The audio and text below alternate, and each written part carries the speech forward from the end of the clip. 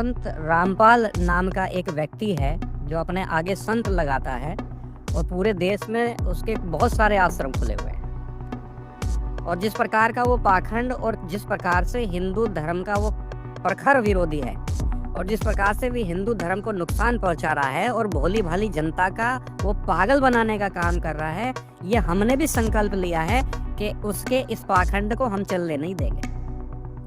आश्चर्य की बात यह है कि वो एक मुसलमान जुलाहे की तुलना, जिसे कबीर नाम से लोग जानते हैं, जो हिंदुस्तान में भारत के ऊपर एक कलंक है, ये कबीर जैसे लोग। ये तो लोग औरंगजेब की आज पूजा कर रहे हैं। ये औरंगजेब और कबीर में ज्यादा अंतर नहीं है। जिस प्रकार से इस औरंगजेब ने नृशंस हत्याएं करी और करवाई, उसी प्रकार से आप कबीर को भी भारत के अंदर एक कट्टरपंथी इस्लामिक जिहादी पहला स्लीपर सेल भारत के अंदर आप उसको मान सकते हैं। ये भारत के अंदर पहला जासूस था जो भारत के अंदर इस्लाम को बढ़ाने का काम करता था। ये एक अनपढ़ और गंवार इंसान था। और देखिए, ये संत रामपाल जैसों ने धन के लालच में अपने आप को भगवान घोषित करके और भोली भाली जनता का कैसे मूर्ख बनाया है। इसने भगवान श्री राम की तुलना, भगवान श्री कृष्ण की तुलना उस मुसलमान जुलाहे से कर दी। भगवान श्री राम का और भगवान श्री कृष्ण ने मनुष्य रूप में अगर अवतार लिया तो इन राक्षसों से लड़ने के लिए अवतार लिया था। प्राचीन समय में इन्हें राक्षस बोला करते थे। आज वर्तमान में ये उन्हीं का रूप कट्टरपंथी इस्लामिक जिहादियों के रूप में आज इन लोगों ने जन्म लिया है। तो भगवान श्री राम का असली युद्ध इन जिहादियों से ही था। भगवान श्री कृष्ण भी इन जिहादियों से ही लड़ रहे थे। जो आप पुराणों में और हर जगह आप पढ़ते हो कि भगवान श्री राम ने इतने राक्षसों का वध किया, तो ये कबीर जैसे ही लोग थे जिनका भगवान श्री राम ने वध किया। और जो संत रामपाल ने जिस प्रकार से हिंदू धर्म का विरोध किया, आज वो अपनी करनी भुगत रहा है। आज वो जेल के अंदर हत्या के आरोप में आज उम्र कैद की सजा भुगत रहा है। तो इससे बड़ी और क्या बात हो सकती है कि तुम अगर भगवान का विरोध करोगे तो तुम्हारा अंतिम हर्ष क्या होगा, ये संत रामपाल से सीखना चाहिए। अब कई मूर्ख जो है उसकी तुलना भगवान श्री कृष्ण से करने लगते हैं कि भगवान श्री कृष्ण का जन्म तो कारागार में हुआ था। मैं उन मूर्खों को बताना चाहता हूँ कि भगवान श्री कृष्ण का जब जन्म हुआ था तो कारागार के जितने द्वार थे अपने आप सब खुल गए। और इसके जन्म लेने के बाद जो है, जब ये संत के रूप में आया तो भी द्वार खुल गए। लेकिन अंतर ये था कि भगवान श्री कृष्ण बाहर निकल गए और ये अपराधी और हत्यारा था, इसलिए ये अंदर आ गया। अब ये जीवन भर बाहर भी नहीं निकलेगा। दर्शकों नमस्कार, स्वागत है आप सबका आज फिर से एक नए वीडियो में। दोस्तों, आज हम फिर से एक पाखंडी की बात करने वाले हैं। आप लोगों को हम नए नए पाखंडियों का खुलासा करते आते हैं। आज हम इसी प्रकार अमित आचार्य बालाजी पीठ का जो एक सेवक है, जो उसने एक गद्दी बना रखी है बालाजी पीठ के नाम से, क्योंकि बालाजी नाम से बहुत सारी गद्दियां चल रही हैं। आप लोगों को पता होगा, एक ही बालाजी नहीं है, बालाजी कई बालाजी के नाम से गद्दियां चला रहे हैं। इसी में से एक राजस्थान का है, कहीं का है एक बालाजी पीठ जो अमित आचार्य है, उसके लिए यह वीडियो बना रहे हैं। उसको यह कहना चाहते हैं हम कि जो कहता है कि कबीर जुलाहा था, मुसलमान था। तो मैं उसको बता दूं, क्या मुसलमान ही जुलाहे का काम करते हैं? क्या हिंदू समाज में कोई जुलाहे का काम नहीं करता है? पहले तो उसकी एक बात का खंडन ये करते हैं कि हिंदू समाज में भी कपड़े बनाने का काम कोरी समाज करता था, उनको भी जुलाहा कहा जाता था, धानक कहा जाता था। तो ये नहीं हुआ कि कबीर जी अगर कपड़े का काम करते थे तो वो मुसलमान हो गए या जिहादी हो गए। तो वो बेवकूफ कहता है, उसके लिए मैं बनाना चाहता हूँ, इस वीडियो के माध्यम से उससे कहना चाहता हूँ कि बेवकूफ, कम से कम तुझे ये तो पता होना चाहिए, कपड़े बनाने का ऐसा नेक काम उस परमात्मा ने किया, वो काम आज हिंदू समाज में भी कोरी समाज के लोग काम करते हैं। वही काम जिन्हें धानक भी कहते हैं और कोरी समाज भी कहते हैं, कोली कहते हैं, कई नामों से उन्हें जाना जाता है। तो इस बेवकूफ को ये पता नहीं है कि कपड़े बनाने का काम कौन करता था। कबीर जी को ये जुलाहे का काम करते थे तो उसे मुसलमान बनाए फिर रहा है। जिस परमेश्वर ने असंख्य सृष्टि का पूरे असंख्य ब्रह्मांडों का सृष्टि का रचनहार है जो, उसके लिए ये अपशब्द बोलता है। इस मूर्ख को, नालायक को ये भी पता नहीं है कि कैसे बोलना चाहिए। एक गद्दी पर बैठ कर के महंत बन कर के कहता है हम महंत हैं। महंत की भाषा देखिए ये कैसे कैसे बोलता है। कबीर जी को, रामपाल जी महाराज जी को इतने अभद्र भाषा में यह बात कहता है। तो उसको बता दूं कि तू सुन ले, कबीर जी एक पूर्ण परमात्मा थे। और अगर तू कहता है कि कबीर जी ने कोई ऐसी लीला क्यों नहीं की जो कबीर जी ने लीला की थी, तो वो आज रामपाल जी महाराज जी ऐसी लीला क्यों नहीं करते हैं? वो जेल में क्यों हैं? जेल तोड़ के क्यों नहीं आ जाते हैं? जेल के ताले क्यों नहीं टूट जाते हैं? या वो मतलब बेदाग बरी क्यों नहीं हो जाते हैं? तो मैं आज तेरे को बता देता हूं, कान खोल के सुन ले तू। बिल्कुल संत रामपाल जी महाराज जी पर जितने केस लगाए गए थे सभी केसों में निर्दोष साबित हुए हैं। केवल 2 केस रह गए हैं, जो एक वो मर्डर वाला केस जो लगा रखा है तुम जैसे पाखंडी गुरुओं के कारण वो लगा हुआ है।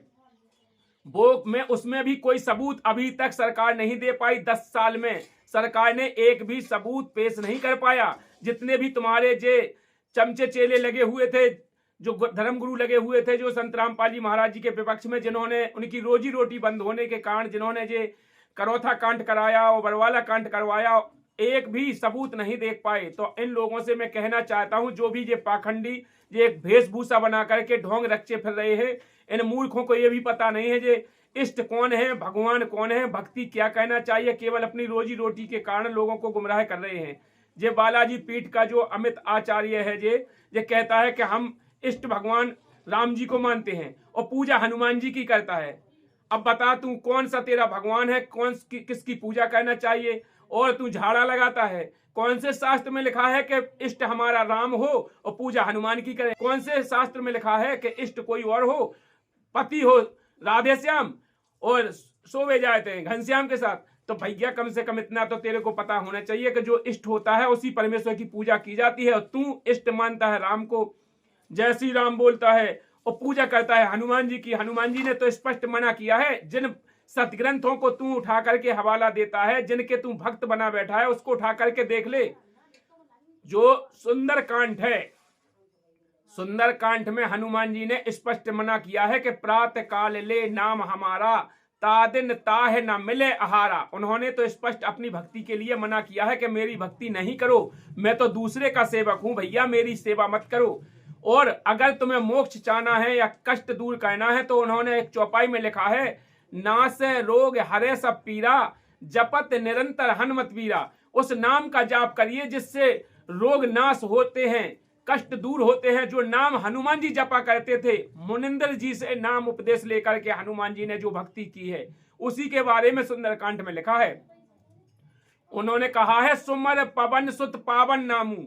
वो हनुमान जी जिस नाम का जाप करते थे वो पावन नाम है, वो राम नाम नहीं है। राम नाम तो जो संकेत है वो पावन नाम है, वो सतनाम है 2 अक्षर का। सुमर पवन सुत पावन नामू, अपने बस कर राखे रामू। जिससे भगवान बस में होता है वो सतनाम है, उससे सभी देवी देवता बस में होते हैं। कोई भी देवी देवता हो तो जिस नाम के लिए वो कह रहे हैं उस नाम की तो कम से कम देख ले, वो रामायण तो देख ले। जो रामचरितमानस जिसको तुम लोग मानते हो और जिन राम को भगवान मानते हो, वो भगवान मना कर रहे हैं, वो हनुमान मना कर रहे हैं, जबरदस्ती उनकी पूजा कर रहे हो। अब आपको पूजा करने से तो मतलब है नहीं। आपने तो ये देख लिया कि बढ़िया किसी भी पत्थर पर सिंदूर लगा दो, बढ़िया एक मंदिर बना लो, एक अपनी दुकान बन गई है। बाकी के लोग जो आएंगे उनको बेवकूफ बनाते जाओ, बढ़िया मोर का पंख का वो बना लो एक, उससे झाड़ा फूंकी करने लगो, तुम महंत जी बन गए, आचार्य बन गए। बस तुम्हें चाहे छुटुआ बड़वा उतना हो शास्त्रों के माध्यम में, चाहे छुटुआ बड़वा को ज्ञान ना हो, लेकिन आचार्य बन गए हैं। केवल रोजी रोटी के लिए, अपनी रोजी रोटी के खातिर ही तुम लोग केवल दुनिया को गुमराह कर रहे हो। अब आज संत रामपाल जी महाराज जी से क्यों चिढ़ लग रही है? क्योंकि संत रामपाल जी महाराज जी ने हमारे सभी हिंदू धर्म के जितने भी शास्त्र हैं, सभी शास्त्रों से खुलासा किया है कि वो परमात्मा कौन है। वो परमात्मा कबीर जी हैं, जिनके लिए तू अपशब्द बोल रहा है बेवकूफ। वो परमात्मा सबका मालिक है, सबका पिता है। कम से कम इतनी तो शर्म कर। उस परमेश्वर के बारे में तू जो गलत बोलता है, वो परमेश्वर धानक रूप रहा करतार, जिसे नानक जी ने स्वयं कहा है, खरा से आना भौतक भार और धानक रूप रहा करतार। वो परमात्मा धानक के रूप में बैठा है। देखो रे लोगो, ये है वो बाहे गुरु, ये है वो परमात्मा जिसके बारे में गरीबदास जी महाराज जी ने कहा है, दादू जी ने कहा है, सभी ने कहा है, और परमात्मा कबीर जी ने ही स्वयं कहा है कि हम ही अलख अला है कुतुम गोस और पीर, गरीबदास खालिक धनी हमरा नाम कबीर। ये स्वामी सृष्टा में सृष्टि हमारे तीर, और गरीबदास अधर बसू ऊपर रहता हूं सचखंड में। गरीबदास अधर बसू मेरा नाम कबीर, वो कबीर हूं मैं जो सचखंड में रहता हूं। उस परमेश्वर ने अनंत वाणी बोली है, जो गुरु के लिए उसने इतनी मर्यादा बताई है गुरु के लिए, क्योंकि गुरु के बिना परमात्मा नहीं मिल सकता है। तो इसलिए गुरु के बारे में उन्होंने स्वयं गुरु की भूमिका की है, और परमात्मा स्वयं धरती पे आता है, गुरु की भूमिका करता है, वही शिष्य की भूमिका करके दिखाता है कि शिष्य को कैसे रहना चाहिए। तो उस परमात्मा कबीर जी ने स्वयं भूमिका की है, वो परमात्मा स्वयं आए हुए थे धरती पर, और एक शिष्य की भूमिका की है, एक साधारण दास बन के रहे हैं। इसलिए रहे हैं ताकि लोगों को पता हो जाए कि केवल भक्ति पैसे वाले ही नहीं कर सकते हैं, कोई ब्राह्मण वर्ग ही नहीं कर सकता है, कोई सभी के लिए भक्ति मार्ग सभी के लिए है, सभी भक्ति करके मोक्ष करा सकते हैं। तो परमात्मा कबीर जी ने यहाँ आके जुलाहे का काम करके वो एक सह शरीर लहर तारा तालाब में प्रकट हुए थे। इतिहास उठा के देख ले, कबीर सागर में स्पष्ट लिखा हुआ है, गरीबदास जी महाराज जी के ग्रंथ में स्पष्ट लिखा हुआ है। अब जो मन माने जे जितने भी तुम जैसे पाखंडी, उनकी अगर कोई वाणी लिख जाए, कोई अपनी तरफ से कोई कहानी लिख जाए, कोई किताबों में लिख जाए कि वो ब्राह्मणी के बच्चे फेंक के आई थी, कुंवारे में हुई थी, ऐसा वैसा, जो मनगढ़ंत कहानियां, इनका प्रमाण कहाँ है? कबीर सागर में जाके देख भाई। तो मैं तेरे को ये बताना चाहता हूं अमित आचार्य जी, तेरे को एक चेतावनी है, उस परमात्मा के बारे में अपशब्द मत बोल। तू अपने कर्म खराब करके तू स्वयं नरक का गामी बन रहा है।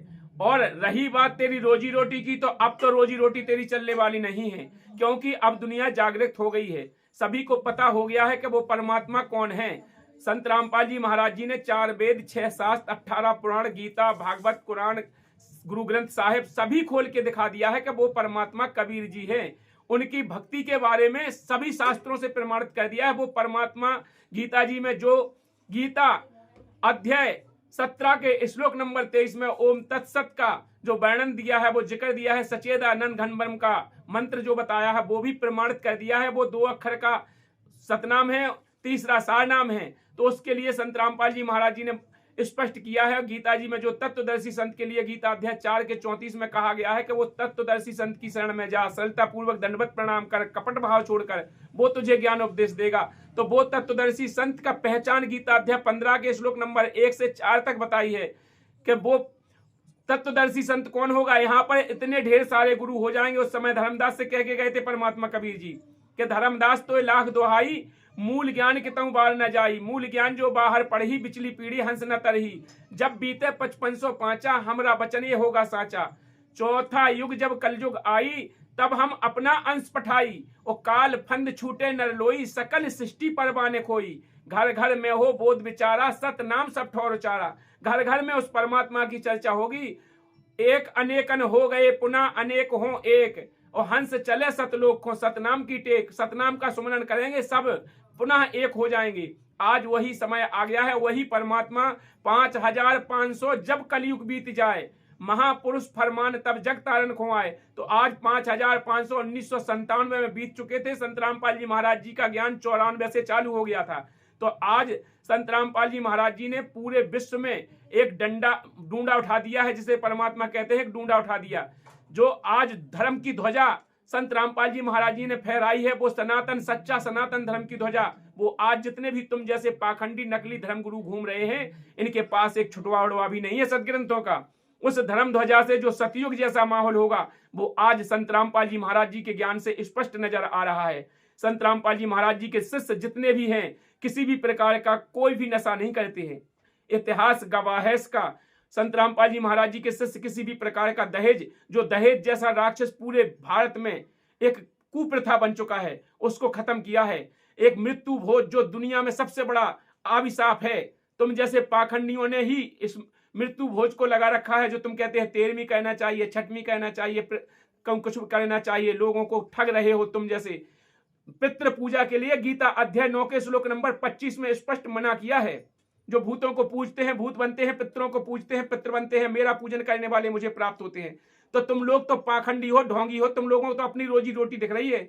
किसी को भूत प्रीत बनवाने में तुमको अच्छा लग रहा है, इसीलिए तुम लोग ये मूर्ख पूजा करवा रहे हो। जबकि संत रामपाल जी महाराज जी ने सभी सदग्रंथों से प्रमाणित किया है कि वो परमात्मा जो होता है शास्त्रों के अनुकूल भक्ति बताता है। गीता अध्याय 16 के श्लोक नंबर 23 में कहा है, हे अर्जुन, जो शास्त्र विधि को त्याग कर अपनी इच्छा से मनमाना आचरण करते हैं, ना तो उनका मोक्ष होता है, ना गति होती, ना किसी प्रकार का सुख होता है।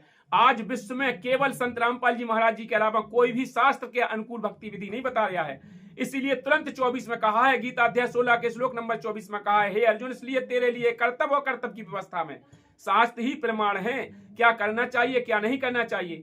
तो बेवकूफ बनाना बंद करो, अब तुम्हारी दाल गलने वाली नहीं है। दुनिया जागरूक हो गई है, इंटरनेट जमाना है। आज इंटरनेशनल चैनल पर संत रामपाल जी महाराज जी के सत्संग चल रहे हैं। पूरी दुनिया में आज तहलका मचा हुआ है संत रामपाल जी महाराज जी के ज्ञान का, और आज पूरी दुनिया जागृत हो रही है, और सभी इसी संसार से निकल के आ रहे हैं, कहीं दूर से नहीं। इसी संसार से तुम जैसे पाखंडवाद से छुटकारा पाके आज संत रामपाल जी महाराज जी की शरण में आकर के अपना कल्याण करा रहे हैं। तुम जैसे पाखंडी अब केवल फड़फड़ा रहे हैं, तो इसी बात पर खुजली हो रही है। तुम लोगों की दुकानदारी बंद हो रही है, तुम्हारे पास कोई नहीं जा रहा है, अब तुम्हारी झाड़ा लगने वाला कोई नहीं मिल रहा है, तुम्हारी रोजी रोटी नहीं चल रही है, तो अब तुम दुनिया के सामने तिलबिला रहे हो। तो परमात्मा यहाँ पर कहते हैं कि स्वार्थी गुरु लालची चेला, मचो नरक को ठेलम ठेला। और जो गुरुओं गांव बिगाड़े, संतो गुरुओं गांव बिगाड़े, ऐसे कर्म जीव को ला दे, ईव झड़े न झाड़े, संतो गुरुओं गांव बिगाड़े। तो तुम जैसो ने जे गांव के गांव बिगाड़ रखे थे, आज वो परमात्मा ने दया की है। परमात्मा की इस दया से आज ज्ञान प्रचार पूरी दुनिया में सोशल मीडिया के माध्यम से, इंटरनेशनल टीवी चैनलों के माध्यम से पूरी दुनिया में फैल रहा है। और संत रामपाल जी महाराज जी की शरण में करोड़ों लोग आ रहे हैं। दिन पे दिन, एक एक दिन में हजारों आदमी नाम दीक्षा ले रहे हैं। इस ज्ञान को देख करके, इस ज्ञान को समझ करके तुम लोगों ने तो बेवकूफ बना रखा था, तुम बेवकूफ बना रहे थे। आज दुनिया शिक्षित हो गई है, और तुम जैसे लोगों को हो, स्पष्ट लिखा हुआ है श्रीमद् देवी भागवत पुराण में कि सतयुग द्वापर त्रेता में जो राक्षस माने जाते थे, वो आज कली में ब्राह्मण हैं। दूसरों को ठगना, पराये पाखंड करना, झूठ बोलना, लूटना, उनको ठगना, ये सारे काम तुम लोगों के हैं। स्पष्ट लिखा हुआ है 123 पेज पर, आप देख लेना श्रीमद् देवी भागवत पुराण में तुम जैसे ही पाखंडियों के लिए लिखा है। तो दोस्तों, आप लोगों से हमारी करबद्ध प्रार्थना है, आज इंटरनेशनल जमाना है, सभी शिक्षित हैं, पढ़े लिखे हैं। संत रामपाल जी महाराज जी जो भी ज्ञान इंटरनेशनल चैनलों के माध्यम से दे रहे हैं, साधना टीवी पे शाम को 7:30 से 8:30 तक आता है, बिंदा टीवी पे दोपहर में आता है, ईश्वर टीवी पे आता है, अनेकों टीवी चैनलों पे संत रामपाल जी महाराज जी का सत्संग आता है। आप लोग जाइए, संत रामपाल जी महाराज जी के सत्संगों को सुनिए, और संत रामपाल जी महाराज जी के पुस्तक प्रचार गली गली में हो रहा है, पूरी दुनिया में छा गया है। तो आप उनकी पुस्तक को पढ़कर के भी ज्ञान समझ सकते हैं। और संत रामपाल जी महाराज ऐप प्ले स्टोर पर अवेलेबल है, वहां पर जाकर के संत रामपाल जी महाराज ऐप्स को डाउनलोड करके पूरी डिटेल में जानकारी समझ करके संत रामपाल जी महाराज जी से नाम उपदेश लेके अपना कल्याण करा सकते हैं। इन पाखंडियों का पीछा छोड़ो, अपना मोक्ष कराओ। परमात्मा कहते हैं, बड़े भाग मानुष तन पावा, सुर दुर्लभ सब ग्रंथन गावा। मानुष जन्म दुर्लभ है, मिले न बारंबार, तरवर से पत्ता टूट गिरे, बहुर नहीं लगता डार। और मानुष जन्म पाए के नहीं रटे हरि नाम, जैसे कुआं जल बिना बनवायो क्या काम। आज संत रामपाल जी महाराज जी की भक्ति पावर में वो पावर है, किसी भी प्रकार के व्यसन हो तो दूर हो जाते हैं। तो सभी से हमारी करबद्ध प्रार्थना है, किसी भी प्रकार का कष्ट हो, किसी भी प्रकार की बीमारी हो, किसी भी प्रकार का दुख हो, संत रामपाल जी महाराज जी की भक्ति में वो पावर है, भक्ति में वो शक्ति होती है, सभी प्रकार के कष्ट दूर हो जाते हैं। तो आप लोगों से हमारा करबद्ध निवेदन है, प्रार्थना है, एक बार संत रामपाल जी महाराज जी के सत्संगों को जरूर सुनिएगा और अपने दोस्तों के साथ इस वीडियो को जरूर शेयर कीजिएगा। अभी तक आप लोगों ने इस वीडियो को लाइक नहीं किया तो वीडियो को लाइक कर दीजिएगा। चैनल पर नए हैं, चैनल को सब्सक्राइब करके बेल आइकन की घंटी दबा लीजिएगा। चलिए दोस्तों, फिर मिलते हैं नेक्स्ट वीडियो में, तब तक के लिए नमस्कार, जय हिंद, जय भारत।